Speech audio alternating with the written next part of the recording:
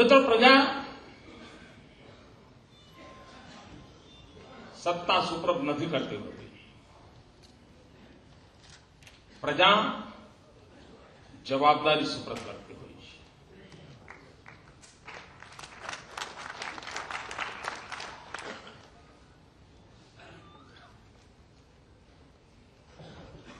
અને પ્રજા બરાબર કસોટીએ કસતી હોય છે. બરાબર નાણી જોતી હોય છે, તાણી જોતી હોય છે.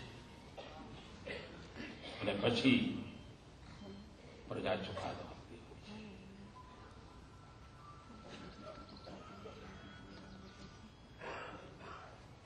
લોક હૃદયમાં કમળ એ જગ્યા બનાવી છે. લોક હૃદયમાં કમળ પ્રસ્થાપિત થયું છે.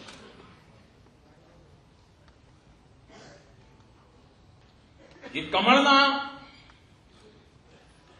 વિકાસને માટે અનેક લોકોએ પોતાના લોહી પસીના સિંચ્યા છે. અને ત્યારે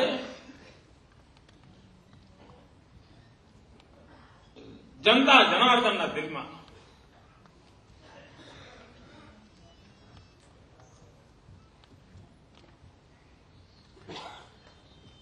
આ કમળે જગ્યા બનાવી છે.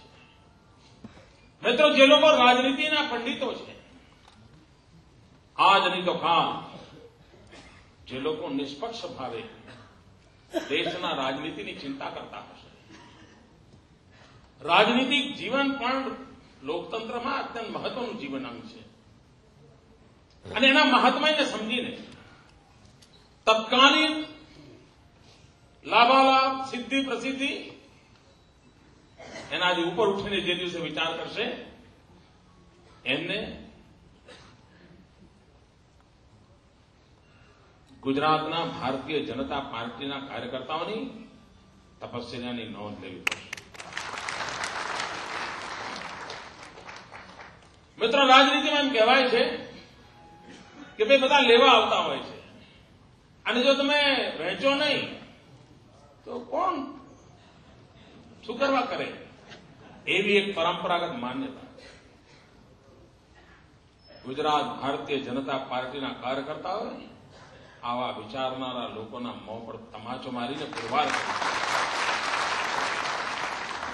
કે ભારત માતાની જય સિવાય કશું જોઈતું નથી.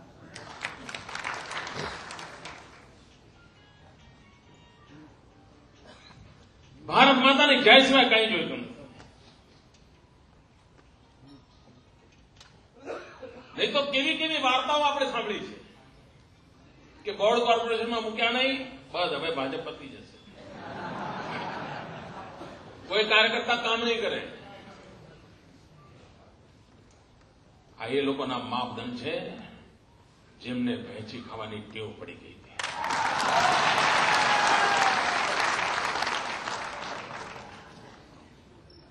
જે લોકો આપવા ટેવાયેલા છે એમના માપદંડ નથી હોતા. મિત્રો, લોકો એમ પણ કહેતા હતા કે નગરપાલિકા, કોર્પોરેશન, તાલુકા પંચાયત, જિલ્લા પંચાયત આટલા મોટા પાયા પર જૂના કાર્યકર્તાઓને ટિકિટ ન આપીને નવા કાર્યકર્તાઓને ટિકિટ આપી આ પાર્ટીમાં ભયંકર બળવો થઈ જશે. મિત્રો, સમગ્ર રાજ્યમાં ભારતીય જનતા પાર્ટી એક નિષ્ઠ, એક મુસ્ત બનીને એ વિજય વાંટો ફરકાવ્યો અને તાજો ભૂતકાળ છે. અને એક કાર્યકર્તાઓ એડી ચોટુનું જોર લગાવી અવરોધનો મુકાબલો કરીને અપપ્રચારની આંધી સામે મક્કમતાને ડગલે ને પગલે દર્શન કરાવ્યા. ફરી એક વાર વિજય વાંટો ફરકાવ્યો છે. એ કાર્યકર્તાઓનું મૂલ્યાંકન પરંપરાગત રાજકીય કાર્યકર્તાઓના ત્રાજમાં નહીં તોલી શકાય. આ વિચારનિષ્ઠ કાર્યકર્તાઓની ફોજ છે, આ સમર્પિત કાર્યકર્તાઓની ફોજ છે. લેવા માટે નહીં, આપનારાઓની સેના છે. એમ્બિશન માટે નહીં, મિશનને માટે નીકળેલા લોકોની આ સેના છે. અને તેથી જ આછકલા મૂલ્યાંકન કરનારાઓ, ગરમા ગરમ મસાલા પીરસનારાઓ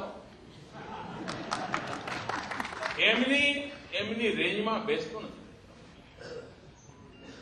એમની ક્ષમતા બહાર ન હોય છે. અને તેથી આ પ્રકારની માનસિકતા ધરાવનાર સૌને માટે, એમના અજ્ઞાન માટે આપણે ઉદાર બનવું પડે. અને આપણે કોશિશ કરવી પડે આપણા વ્યવહારથી કે એમની જ્ઞાન વૃદ્ધિ થાય. સત્માર્ગે આવવા માટેની ઈશ્વર એમને શક્તિ આપે. આપણા માટે આ જ માર્ગ હોઈ શકે. આ સિવાય બીજો કોઈ માર્ગ ન હોઈ શકે. કોઈ આપણને બરાબર જાણતું નથી તો જેટલો દોષ એનો છે એના કરતા વધારે આપણો છે કે આપણે આપણી વાત એના સુધી પહોંચાડીએ. મિત્રો, જનતા જનાર્દનના દિલમાં પહોંચાડે, પ્રજાએ પણ સ્વીકાર્યા. મિત્રો, આપણે ત્યાં કહેવાય છે ઊંઘતાને જગાડવો સહેલો છે, જાગતાને જગાડવો મુશ્કેલ છે.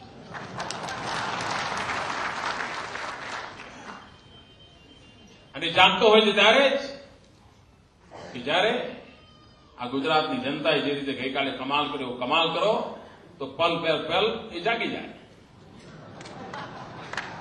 પલ જાગી જાય.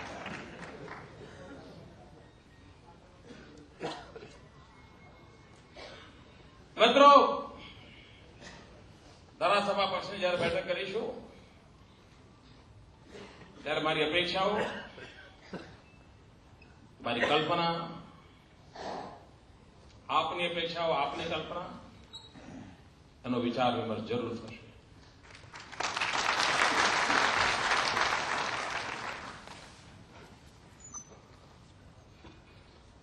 પણ પ્રજાને શું જોઈએ છે એનો આપણને અંદાજ આવી ગયો છે.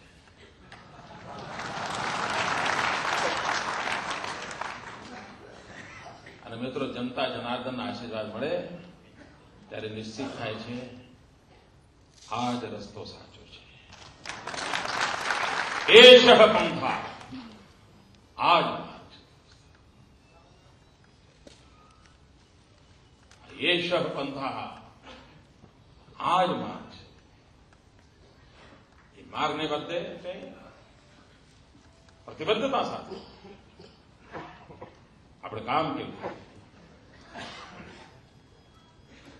મિત્રો, આપણે બધા કામ કરીએ, દરેકની પોતાની કાર્યશૈલી છે. ઈશ્વરે દરેકની પોતાની રુચિ, પ્રકૃતિ, પ્રવૃત્તિ આપેલી છે.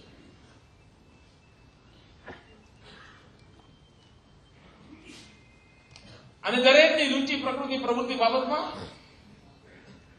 ભિન્ન મત હોઈ શકે. અને મત સ્વાભાવિક પણ હોઈ શકે. પરંતુ આપણે બધા સંગઠનને ભરેલા લોકો છે.